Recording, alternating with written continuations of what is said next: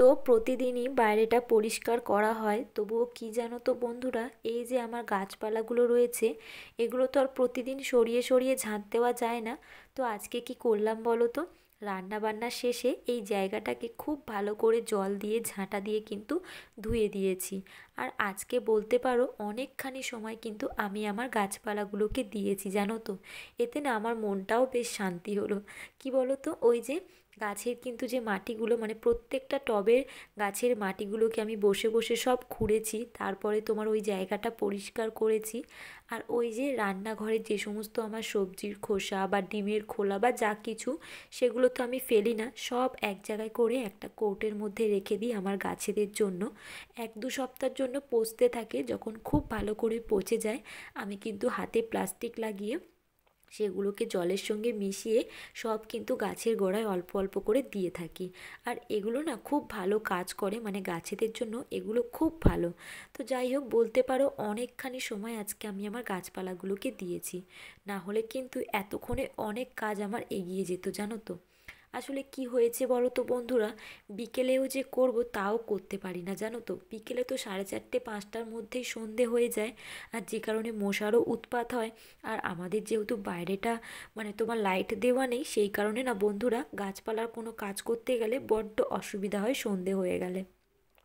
তো এই জন্যই আজকে রান্না বান্না সেরে সকাল সকাল কিন্তু আমি আমার গাছপালাদের যত্ন আত্তি করে নিলাম। আর যেহেতু গাছপালা আমার খুব শখের, আমার বেশ ভালোও লাগে, মানে ভালো লাগার একটা জিনিস, আমার খুব ভালো লাগে ওদের সঙ্গে সময় কাটাতে জানো তো। যাই হোক, তো ওদিকের গাছপালার কাজ তো করলাম, তারপরে আর কি পাগলা খেয়ে বেরিয়ে গেল, ঘর ফাঁকা। এরপরে কি মানে এবার কিন্তু আমাকে ঘরে কাজে হাত দিতে হবে, হাত দিতে হবে না, আমি হাত দিয়েও দিয়েছি। আর এই যে দেখো বিছানাটা গুছিয়ে নিচ্ছি আর কি, চাদরটা চেঞ্জ করলাম। আর জানো তো বন্ধুরা, যেটা দেখলে আমার মাথা সব থেকে বেশি গরম হয়, মানে বলতে পারো যেটা আমি পছন্দ করি না, সেটাই কিন্তু বারবার আমার সাথেই হয় জানো তো। কি বলছিলাম বলো তো, এই যে দেখতেই পারলে বিছানাটা ঝাড়ার সময় কত ধুলো উড়ছিল, এরকম না প্রতিদিনই কি মানে ধুলো ওড়ে জানো তো। আর যেটা দেখলে আমার মাথা খুব গরম হয়। তোমরা তো কম বেশি জানোই আমি ঘরটাকে পরিষ্কার রাখার জন্য কতটুকানি খাটি আর কি। মানে দিনে 3-4 বারের বেশি আমি ঝাঁট দিই, তারপরে 2-3 বার হলেও আমি ঘরটা মুছি, 3 বার যদিও বা না হয় আমি কিন্তু সকাল আর বিকেল পুরো ঘর ভালো করে মুছি।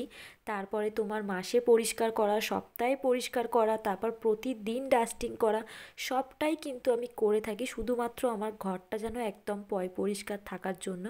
তারপরেও যে এই ধুলোগুলো কোথা থেকে আসে আমি বুঝতেই পারি না জানো তো। কত ধুলো উড়লো তোমরা তো দেখতেই পারলে বিছানাটা ঝাড়ার সময়।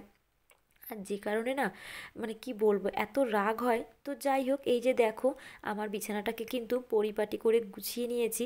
আর এই যে ধুলোর কথা বলছিলাম না, মানে এই ধুলোর জন্য আমি বাইরেটা কত দূর পর্যন্ত জল দিয়ে ধুয়ে আসি জানো তো, যাতে ধুলো ময়লাটা একটু কম হয়।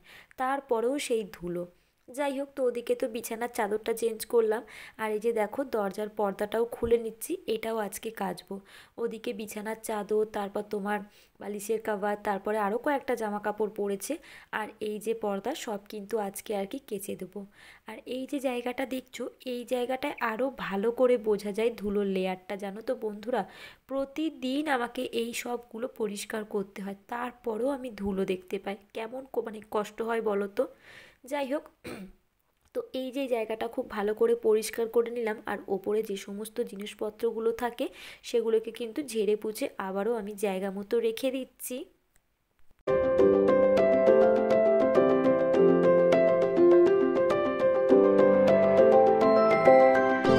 হর হর মহাদেব।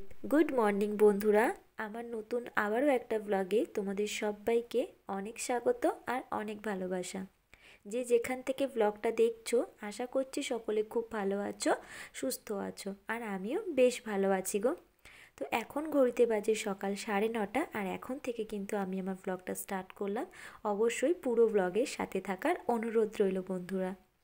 তো ওইদিকে তো পরিষ্কার করে নিলাম। আর এই যে ঘড়িটা দেখছো, এটা না মাঝে করে দীঘায় গিয়েছিলাম, তো যাই হোক সেখান থেকে আনা হয়েছিল। এটা হচ্ছে পেনদানি। তো এটা না বন্ধ হয়ে গেছে জানো তো। তো ভাবছি ফেলে দেবো, কেন বলো তো বন্ধুরা ফেলে দেবো বললাম, ঘরেতে মানে বন্ধ ঘড়ি বা ভাঙাচোরা কোনো জিনিস বা ভাঙা আয়না এগুলো না রাখা খুব একটা উচিত নয়। হ্যাঁ জানি এবার তোমরা অনেকেই বলবে এগুলো হচ্ছে কুসংস্কার, আমিও মেনে থাকি এগুলো কিছুই না, নিজের মনের কাছে সব কিছু, মানে ভাবলেই অনেক কিছু, না ভাবলে কিচ্ছু না। কিন্তু তারপরেও যখন ওই সংসারের কথা ওঠে না, মানে সংসারের মঙ্গল অমঙ্গলের জন্য, তখন না আমি সব কিছুই মেনে থাকি জানো তো, জানি না কেন সব মেনে থাকি। তো ভাবছি ঘড়িটার ওই যে গোল জায়গাটা, ওই জায়গাটায় না একটা ফটো গোল করে রাউন্ড করে কেটে ওই জায়গাটায় বসিয়ে দেবো, তারপরে আর কি ওটা রাখবো, আর না হলে কিন্তু আমি ফেলে দেবো, যেহেতু মনটাও আর কি মানছে না এই আর কি। নয়তো কিন্তু পেনদানিটা বেশ সুন্দর দেখতে।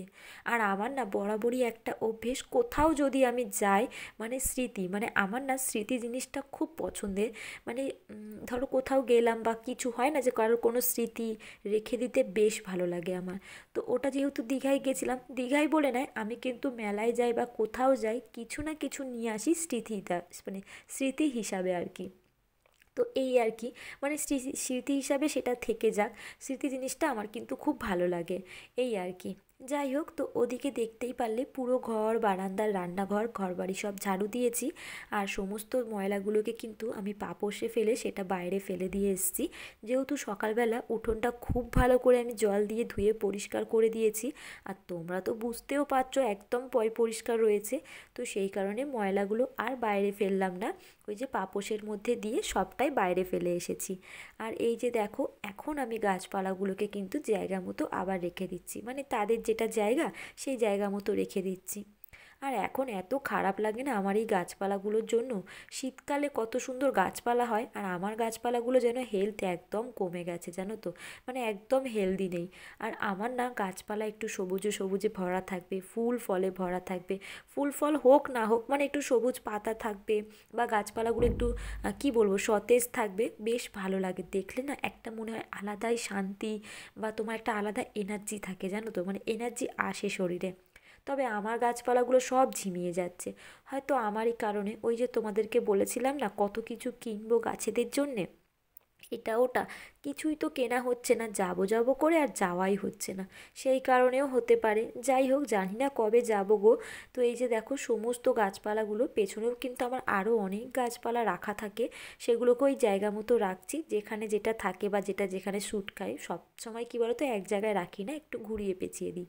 তো ওদিকে গাছপালাগুলোকে জায়গা মতো রেখে এই যে বাসন থালা পড়েছিল এক কারি, যেটা আমার একদম ভালো লাগে না, ভালো লাগে না বলবো না, আসলে কি বলো তো, একবারে অনেক পড়ে গেলে না তখন একটু অসুবিধা হয়। আগে কিন্তু আমি এরকমই করতাম, একবারে অনেক কাজ নিয়ে বসতাম, তবে এখন আর সেটা করতে ভালো লাগে না, অভ্যাসটা ছেড়ে দিয়েছি না এই আর কি।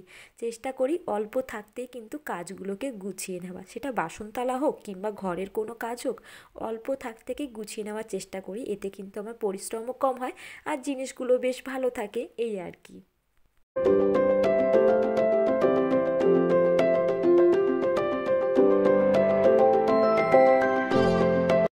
জানো তো বন্ধুরা, একমাত্র এই পরিশ্রমই পারে আমাদেরকে কিন্তু আমাদের লক্ষ্যে পৌঁছিয়ে দিতে, মানে ওই যে সাকসেসের চাবিকাঠি এই একমাত্র পরিশ্রম। তুমি যত বেশি পরিশ্রম করবে তত কিন্তু এক ধাপ করে তুমি তোমার লক্ষ্যে এগিয়ে যেতে পারবে জানো তো। এইটুকু তো আজ একটু হলেও বুঝতে পারি জানো তো। দেখো হই আর না হই সেটা হচ্ছে ভগবানের ওপর, তবে আমাদেরকে তো কষ্ট করতে হবে, পরিশ্রম করতে হবে। একটা সময় নিজের মনকে বোঝাতে পারবো যে ধরো কিছু হতে পারিনি, তবু কি হয়েছে, চেষ্টা তো করেছিলাম, খালি তো ঘরে বসেছিলাম না তাই না। বিশেষ করে আজকাল যুগে খালি বসে থাকা মানে পুরোপুরি বোকামো, তো সেরকম তো করিনি। আর যত তুমি কি বলো যে কোনো কাজে বলো পরিশ্রম করবে, তত কিন্তু নতুন নতুন জিনিস শিখবে বা আরও অনেক কিছু। আর সত্যি কথা বলতে এখন অনেক ব্যস্ত থাকি, কি জানো তো বন্ধুরা, যে আমি সবসময় এটাই চাই যে নিজের জন্য একটু ব্যস্ত থাকবো, এই মানে কি বলবো স্বার্থের দুনিয়াতে একটু নিজের জন্য ব্যস্ত থাকাটাই ভালো। যাই হোক, তো এই যে দেখো পালং শাকগুলো সকালবেলা ছাড়িয়েছিলাম, সেগুলোকে না সব ফ্রিজে রাখতে ভুলে গেছি, আর এই পালং শাকটা না চটজলদি নষ্ট হয়ে যায়। তো সেটা মনে পড়াতেই সঙ্গে সঙ্গে প্লাস্টিকে মানে দিয়ে দিচ্ছি, এগুলোকে আবার জায়গা মতো বলতে ফ্রিজে রেখে দেবো। আর ওদিকে মেথি শাক ভেজানো আছে, ভাবছি কি রান্না করব, মেথি শাক করব, যদি মেথি শাক করি আর তরকারি করি তাহলে ভাত করতে হবে। আবার ভাবছি একটু মটর রয়েছে ভিজিয়ে দেবো, তাহলে বিকেলে একটু ঘুগনি আর রুটি করব। এই ভাবছি ভাবছি আর এদিকের কাজগুলো গুছাচ্ছি। এই যে প্রতিদিন একই চিন্তা, কি রান্না হবে, কি খাওয়া দাওয়া হবে, সকালবেলা বিকেলবেলা এই একই চিন্তা, জানো তো। তো যাই হোক, এই জিনিসটা আবার জায়গা মতো রেখে দেবো। তো চলো বন্ধুরা, আজকের মতো টাটা।